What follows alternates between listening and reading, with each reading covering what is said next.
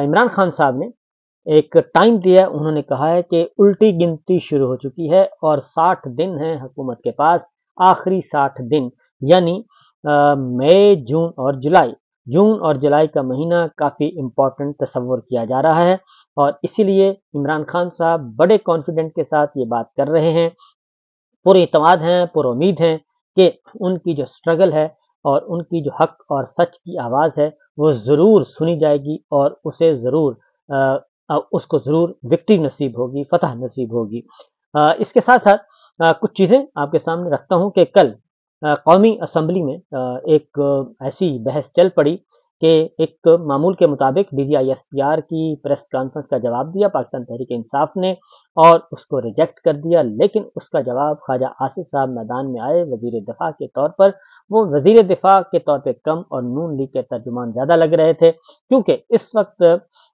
صورتحال میں آپ کو بتا دوں کہ اگر پاکستان تحریک انصاف اور پاکستان کی ملٹری لیڈرشپ کے درمیان باضابطہ طور پہ بات چیت ہوتی ہے اور معاملات سنورتے ہیں تو اس کا نقصان کس کو ہوگا؟ اس کے نتیجے میں پاکستان کو فائدہ ہوگا۔ پاکستان کے اندر جو کرائسس چل رہے ہیں، معاشی بحران ہے، سیاسی بحران ہے، وہ ختم ہو جائے گا اور زندگی معمول پہ آ جائے گی، پاکستان میں صورتحال معمول پہ آ جائے گی اور پاکستان آگے کی طرف بڑھے گا۔ لیکن اس صورت میں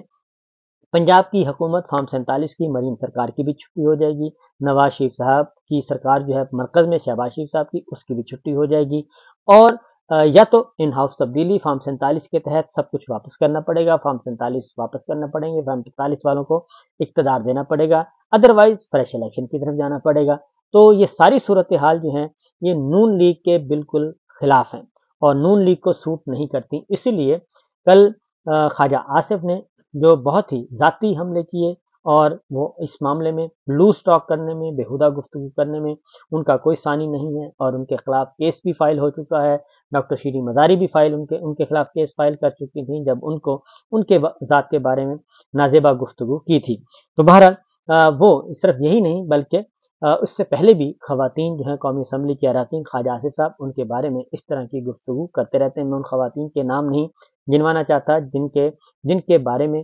جن کی شخصیات کے بارے میں، جن پہ ذاتی حملے وہ کرتے رہے ہیں۔ بہرحال کل ایک بار پھر معاملہ سنجیدہ ہوا اور قومی اسمبلی میں معاملہ تو تڑاق اور مار کٹائی تک چلا گیا، لیکن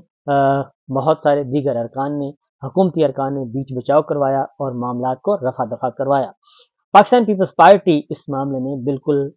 مزے تو وہ لیتی ہے اور انجوائے کرتی ہے، اور لیکن وہ اس میں کوئی حصہ ڈالنے سے ذرا قاصر ہے۔ ہاں البتہ جہاں ضرورت ہوتی ہے تو وہ اپنا حصہ ڈالتی ہے، لیکن اس طریقے سے کہ فیول چھڑکتی رہتی ہے تاکہ یہ آگ بجھے نہ، کیونکہ اس کو بھی اسی میں فائدہ ہے کہ اس کا الو سیدھا ہوا ہے۔ ان کو ایوان صدر بھی مل گیا، گورنر ہاؤس خیبر پختونخوا مل گیا، گورنر ہاؤس پنجاب مل گیا، اور اس کے بعد چیئرمین سینٹ مل گیا اور ڈپٹی اسپیکر مل گیا۔ تو اس طریقے سے بہت سارے آئینی عہدے جو ہیں وہ حاصل کر چکے ہیں، لیکن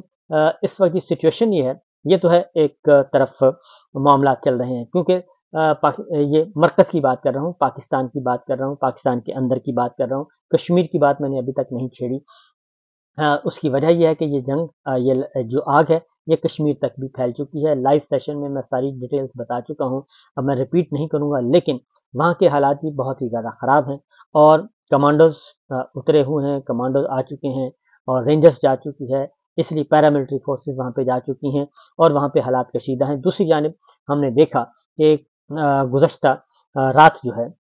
وہ رات گئے تک لاہور میں مسلح افواج نظر آئیں، اسلحہ سے بھرپور اور اسلحہ سے لیس ہمارے فوجی دستے جو ہیں وہ لاہور کی سڑکوں پر نظر آئے اور بڑی تعداد میں نظر آئے، اور نہ صرف لاہور میں بلکہ راولپنڈی میں بھی دیکھے گئے۔ اس کی ریزن میں آپ کو بتا دوں کہ ایک تو دو تین باتیں ہیں، ایک تو یہ کہ کشمیر میں جو کچھ آگ لگی ہوئی ہے یہ آگ پورے ملک میں پھیل رہی ہے، اور اب جو کشمیری مختلف پاکستان کے مختلف شہروں میں آباد ہیں، اب وہ بھی اس لڑائی میں، اس احتجاج میں شریک ہونے جا رہے ہیں، اور وہ بھی کسی قسم کی کوئی پیچھے ہٹنے کے لیے تیار نہیں۔ دوسری جانب اسی لیے چودھری پرویز الہی صاحب نے کہا ہے کہ نون لیگ جو ہے وہ سب سے بڑی رکاوٹ ہے، اور وہ نہیں چاہتی کہ پاکستان تحریک انصاف عمران خان صاحب کے درمیان اور آرمی چیف عاصم منیر صاحب کے درمیان کوئی معاملات آگے بڑھیں اور پاکستان تحریک انصاف اور افواج پاکستان کے درمیان مذاکرات کا سلسلہ آگے بڑھے، کیونکہ ایسا ہونے کی صورت میں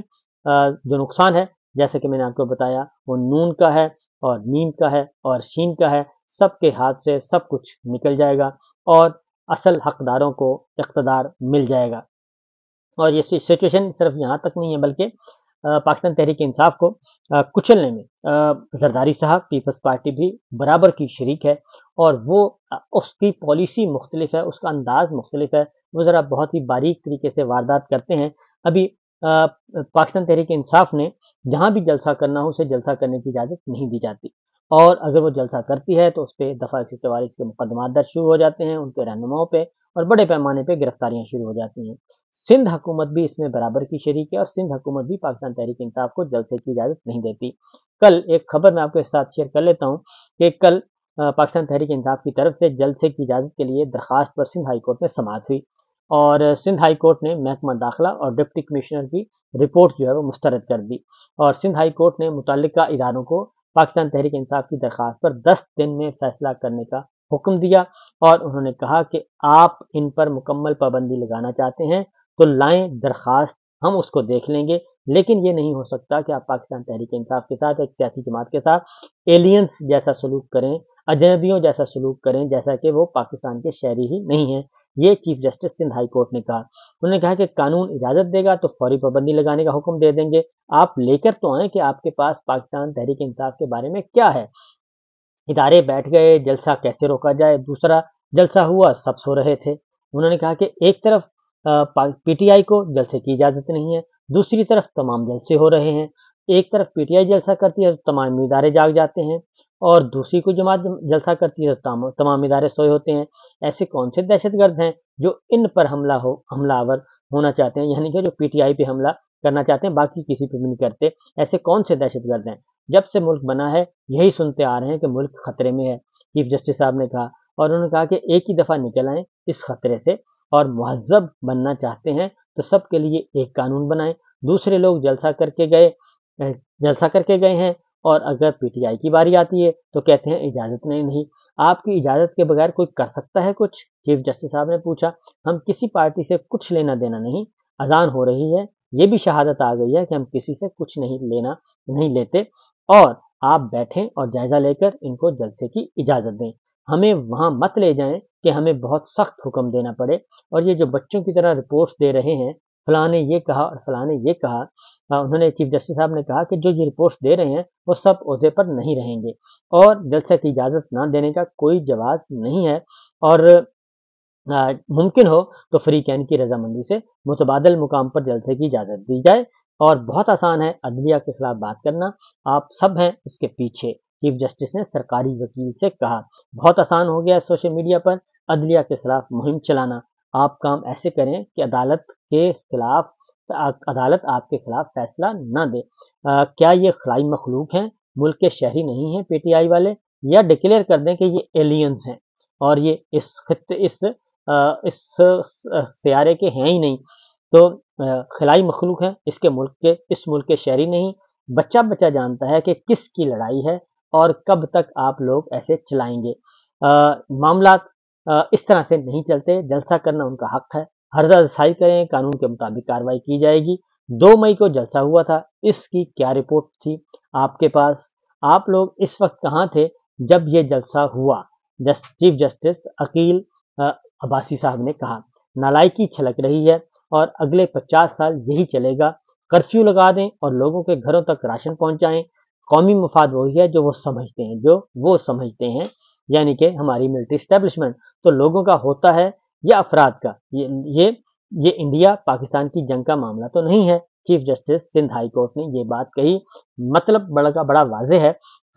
کہ پاکستان تحریک انصاف کو اگر آپ نے اس طریقے سے نہ کچلا جائے، آئین اور قانون کے خلاف آپ کو اجازت نہیں دی جائے گی۔ یہ ساری باتیں ہو رہی ہیں، لیکن پھر بھی ایک فرد واحد کی ضد ہے جو کہ پاکستان کو بربادی کی طرف لے کر جا رہی ہے۔